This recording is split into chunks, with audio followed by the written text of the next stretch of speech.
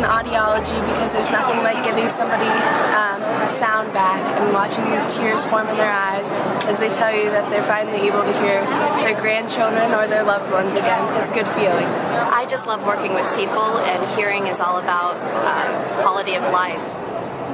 I chose audiology because communication is extremely important to feeling a part of a society, and to be able to give that back to someone that might have lost it to a number of reasons is really cool. Working with kids and technology, it's just the perfect fit for me.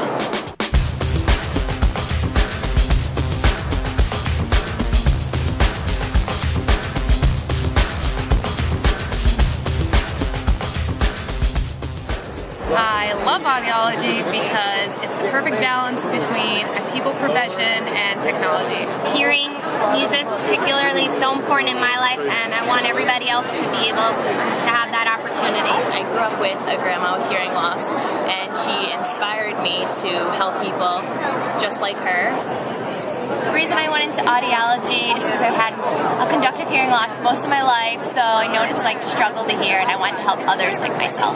It's a sense that lets you connect to everybody, and everyone should have that opportunity. I watched a young girl, maybe 12 years old, change from this really timid, shy girl who would hide behind her mom to this really bubbly, fun 12-year-old because of the help of an audiologist.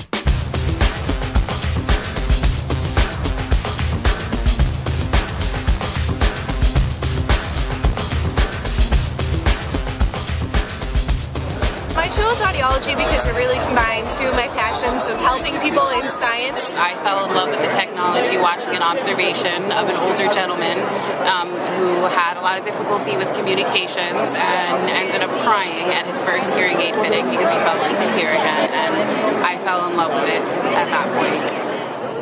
I chose audiology because I think that there is no greater gift than giving somebody the ability to communicate.